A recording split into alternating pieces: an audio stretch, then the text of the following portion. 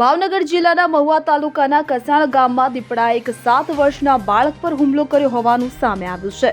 ખેતમજૂરી કરતા પરિવારનો આ બાળક વાડીમાં હતો ત્યારે દીપડાએ અચાનક હુમલો કર્યો હતો, જે બાદ આસપાસના લોકોની બૂમાબૂમથી દીપડો ભાગી ગયો હતો।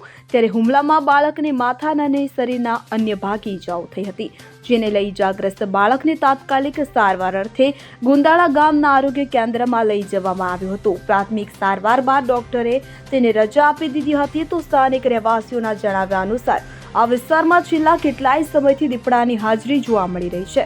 અનેક ખેડૂતોએ પણ દીપડાને જોયાનું જણાવ્યું છે। જો કે આ ઘટનાથી વિસ્તારના લોકોમાં ભયનો માહોલ છે, તો વન વિભાગે આ વિસ્તારમાં દીપડાની હલચલ પર નજર રાખવી જરૂરી બની ગઈ છે। આ ઘટના બાદ સ્થાનિક લોકોએ વન વિભાગ પાસે યોગ્ય પગલાં લેવાની માંગ ઉઠાવી। તો અમીન પાયક સાથે CN24 ન્યૂઝ મહુવા। હવે જુઓ દેશ દુનિયાની તમામ ખબરો તમારી આંગળીના ટેરવે। ઉઠાવો મોબાઈલ અને Google Play Store પરથી ડાઉનલોડ કરો અમારી CN24 ન્યૂઝ મોબાઈલ એપ।